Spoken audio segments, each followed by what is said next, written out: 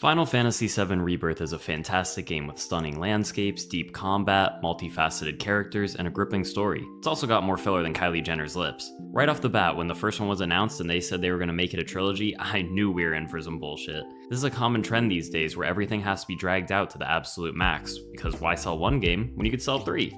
Quite frankly, there isn't enough content for 3 games, and it shows. This shit has more padding than that girl whose titty fell out in Jersey Shore. Even with beelining it through the main story, I still racked up 45 hours by the time the end credits rolled. That's an entire work week. Ain't nobody got time for that! Everyone likes to blame the developer and publisher for bloating games, which they absolutely deserve, but this is also a gamer problem. The greedy-ass community loses their fucking mind when they find out a game actually has a concise story and wraps up in under 30 hours, because they were planning on spending the next 6 months of their life grinding out dopamine. Quantity doesn't equal quality, and I constantly see comments about how if I could get 1 hour of gameplay for every dollar spent, then the game was worth it. Oh, is that what you want? Yup!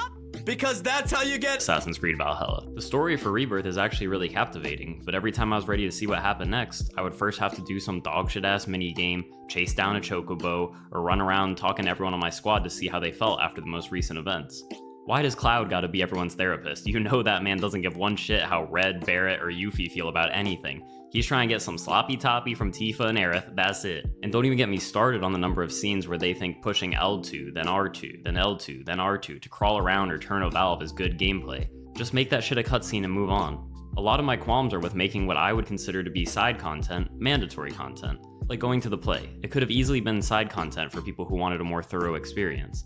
They literally said, oh, we checked on everyone else and they were asleep so we came to you. Guess what? I was asleep too, bitch, and out of anyone who wants to go see Brokeback Mountain with 3 dudes, it ain't gonna be Cloud. That being said, the play actually had some pretty fire fighting scenes, I'm not gonna lie, but that's besides the point, because it contributed nothing to the story and made me spend more time listening to Kate Sith's shitty accent. I had no issues with his fairy tale cat woo self until I was forced to play as him slowly walking around throwing boxes, getting my ass beat in solo fights for 2 hours. I literally rage quit like 3 times throughout because it was so tedious. They really think I'm trying to be dude perfect out here making trick shots. Felt like the developers spent so much time making certain mechanics or set pieces or side content that they were like, nah, actually you have to play this. How about instead of patting yourselves on the back about all the hours you spent on making 30 fucking mini games, you go ahead and make an actual real open world? Because while the map is beautiful, I really struggle to call it an open world. First of all, it's instance, so I mean right off the bat it's not open, which is fine, but it does make it feel like it's just a linear game with a few circles of openness. Like the fact that you can't jump off cliffs because of invisible walls and you can only climb specific areas. I mean, there was more vertical exploration in Assassin's Creed 1 in 2007. Maybe I'm spoiled with the last Zelda games, but it really breaks my immersion when characters who can jump 30 feet in the air off a dolphin's face then can't reach something that I, a normal human being, could not only climb, but easily climb. Instead, you gotta look around, find a minecart, slowly push the minecart, then finally climb the minecart to grab the ladder.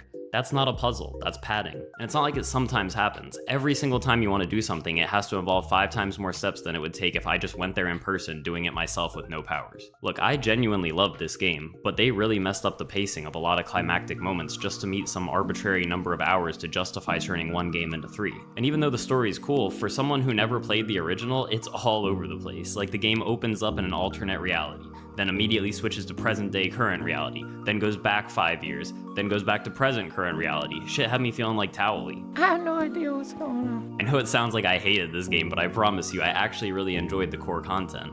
If they just cut the story down to like 30 hours and then allowed you to do all the side content, mini games, and alternate viewpoints of your own volition, I think it would be a nice middle ground that allows people who want a more story-focused playthrough and die-hard fans who want to experience everything both a chance to have their perfect game. Let me know if you agree or disagree in the comments. Look, in the end, I can bitch all I want, but we already know I'm gonna play the next one. I just pray it's in an alternate timeline where corporate greed hasn't gotten the best of Square Enix. Who am I kidding? That's a canon event.